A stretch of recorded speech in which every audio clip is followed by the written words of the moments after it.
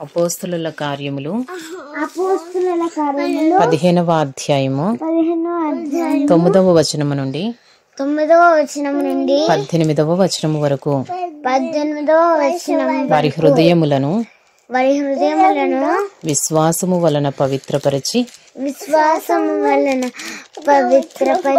మనకును వారికిని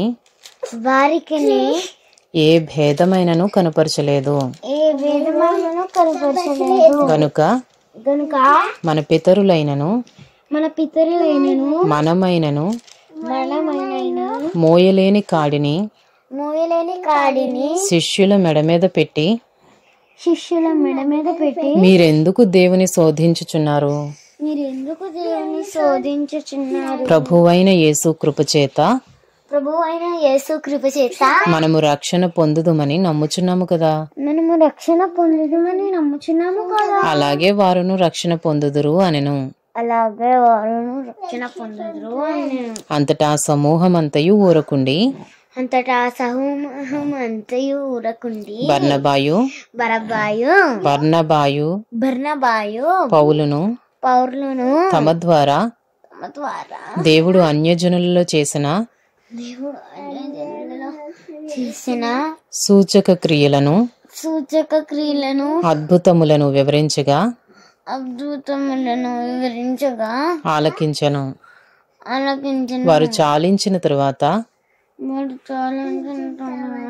యాకోబు ఇట్లనెను, సహోదరులారా, నా మాట ఆలకించుడు.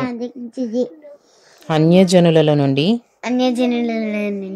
దేవుడు తన నామము కొరకు ఒక జనమును ఏర్పరచుకొనుటకు వారిని మొదట కటాక్షించను సిమియోను వివరించి ఉన్నాడు. ఇందుకు ప్రవక్తల వాక్యములు సరిపడి ఉన్నవి. ఎట్లనగా ఆ తరువాత నేను తిరిగి వచ్చేదను, మనుష్యులలో కడమవారును నా నామము ఎవరికి పెట్టబడెనో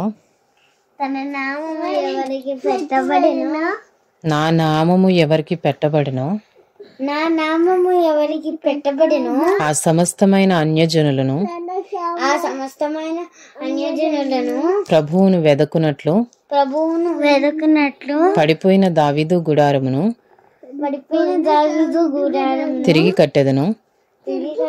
దాని పాడైన వాటిని తిరిగి కట్టి దాన్ని నిలవబెట్టెదనని అనాది కాలము నుండి ఈ సంగతులను తెలియపరిచిన ప్రభువు సెలవిచ్చుచున్నాడు అని వ్రాయబడి ఉన్నది.